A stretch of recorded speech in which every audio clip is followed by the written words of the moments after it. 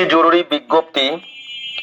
জরুরি বিজ্ঞপ্তি এত দ্বারা কোটালীপাড়া পৌরসভার অভ্যন্তরে ভ্যান রিক্সা চালকগণের অবগতির জন্য জানানো যাচ্ছে যে প্রায়ই দেখা যায় ভ্যান রিক্সা চালকগণ ভ্যানে যাত্রী উঠিয়ে যাত্রীর পাশে বসে ভ্যান রিক্সা চালায়। অধিকাংশ দুর্ঘটনাগুলো এ কারণেই ঘটে থাকে। তাই ভ্যান রিক্সা চালকগণকে সিটে বসে ভ্যান রিক্সা চালানোর জন্য অনুরোধ করা যাচ্ছে।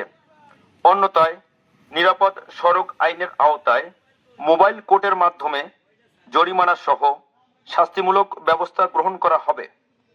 অনুরোধক্রমে প্রশাসক, কোটালীপাড়া পৌরসভা, গোপালগঞ্জ। একটি জরুরি বিজ্ঞপ্তি এত দ্বারা কোটালীপাড়া পৌরসভার অভ্যন্তরে ভ্যান রিক্সা চালকগণের অবগতির জন্য জানানো যাচ্ছে যে প্রায়ই দেখা যায় ভ্যান রিক্সা চালকগণ ভ্যানে যাত্রী উঠিয়ে যাত্রীর পাশে বসে ভ্যান রিক্সা চালায়। অধিকাংশ দুর্ঘটনাগুলো এ কারণেই ঘটে থাকে।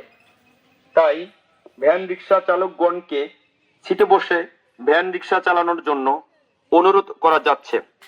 অন্যথায় নিরাপদ সড়ক আইনের আওতায় মোবাইল কোর্টের মাধ্যমে জরিমানা সহ শাস্তিমূলক ব্যবস্থা গ্রহণ করা হবে। অনুরোধক্রমে প্রশাসক, কোটালীপাড়া পৌরসভা, গোপালগঞ্জ।